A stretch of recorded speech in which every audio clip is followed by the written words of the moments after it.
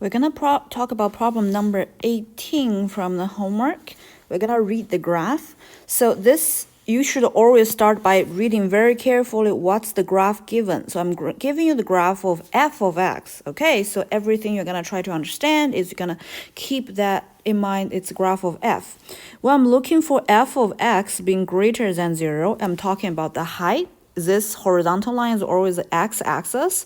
So if function value is greater than 0 means it's higher than the x-axis. So if you look at the points, those are the points whose corresponding function value, namely the height of the point on the curve, are going to be greater above this axis. So the answer for the first part is x1, x2, and x3 because they were above 0.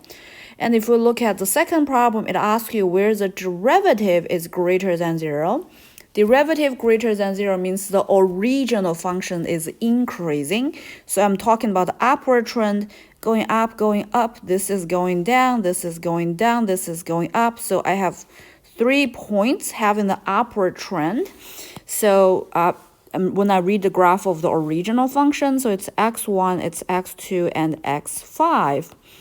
When I say my f of x is increasing, well, technically part B and part C, they're asking for the same thing. So my answer would be exactly the same. And then I move on. I'm asking you when would the derivative be increasing? If anything is increasing, the derivative of that expression is supposed to be positive. Well, that means the derivative of this function, the derivative of the first derivative is positive, namely the second derivative is positive. We learned in class on Monday, the second derivative being positive means the function concaves up. So I'm looking for the graph where it looks like part of a cup. So this looks like part of a cup. This looks like part of a cap. Looks like part of a cup. Therefore, x1, x4, and x5 are the places where my function concaves up, namely second derivative being positive, namely first derivative being increasing, original function being concave up. So I have x1, x4, and x5 as my answer. Next problem is asking you when would the slope of a function, well, slope of a function is corresponding to the derivative of the function. If the derivative of a function is negative, means it's decreasing. So it's clearly going down here, and that's the only 2 points my function is decreasing. So my answer will be x3, x4. Next thing, the slope of the derivative, namely the derivative of the derivative, namely the second derivative. I'm looking for the second derivative being negative.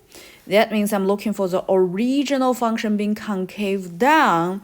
So it's part of a cap. This is concave down. So those 2 points are supposed to be my answer. So you're going to read the graph, but relatively flexibly. You need to translate it based on what is asked and what is given. So in this case, pay extra attention. You are given the graph of the function and you try to read the function value, the derivative, and the second derivative from the graph.